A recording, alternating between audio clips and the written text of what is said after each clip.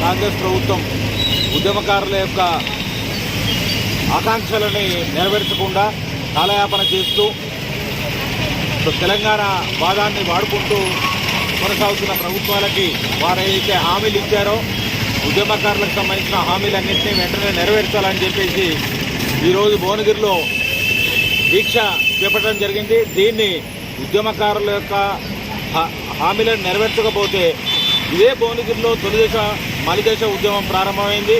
ఇప్పుడు ఉద్యమకారుల ఉద్యమం కూడా భువనగిరి కేంద్రంగానే ప్రారంభం కానుందని ఈ సందర్భంగా తెలియజేస్తూ ఉద్యమాన్ని ఉధృతం చేస్తాం.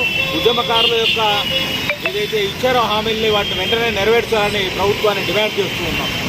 తెలంగాణ కోసం తెలంగాణ ఉద్యమంలో మరి తెలంగాణ ఉద్యమకారులు తమ కుటుంబాలని, తమ ఆరోగ్యాలని, తమ శరీరాలని మానసికంగా, ఆర్థికంగా అన్ని నష్టపోయి తెలంగాణ రాష్ట్రం కోసం కొట్లాడి తెలంగాణ రాష్ట్రం తెచ్చుకుంటే ఇప్పటి వరకు కూడా గత ప్రభుత్వం పాలకులు మాకు న్యాయం చేయలేదని రేవంత్ రెడ్డి చెప్తే ఆయన మేనిఫెస్టోలో 250 గజాలు ప్రతి ఉద్యమకారునికి మరి 30,000 పెన్షన్ అలాగే హెల్త్ కార్డులు ఇస్తానని మరి ఎన్నికల్లో వాగ్దానం చేసి మరి గెలిచి ఆ సీట్లో కూర్చున్న రేవంత్ రెడ్డి గారు ఇప్పటికైనా ఉద్యమకారులను కనుకరించి మరి ఉద్యమకారుల మీద మరి ప్రేమను చూపించి కావలసిన మేమైతే కొంతమ్మ కోరికలు ఎక్కడ కూడా కోరతలేము.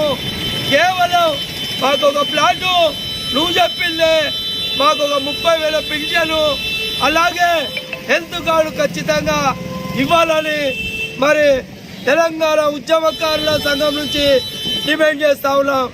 జై తెలంగాణ.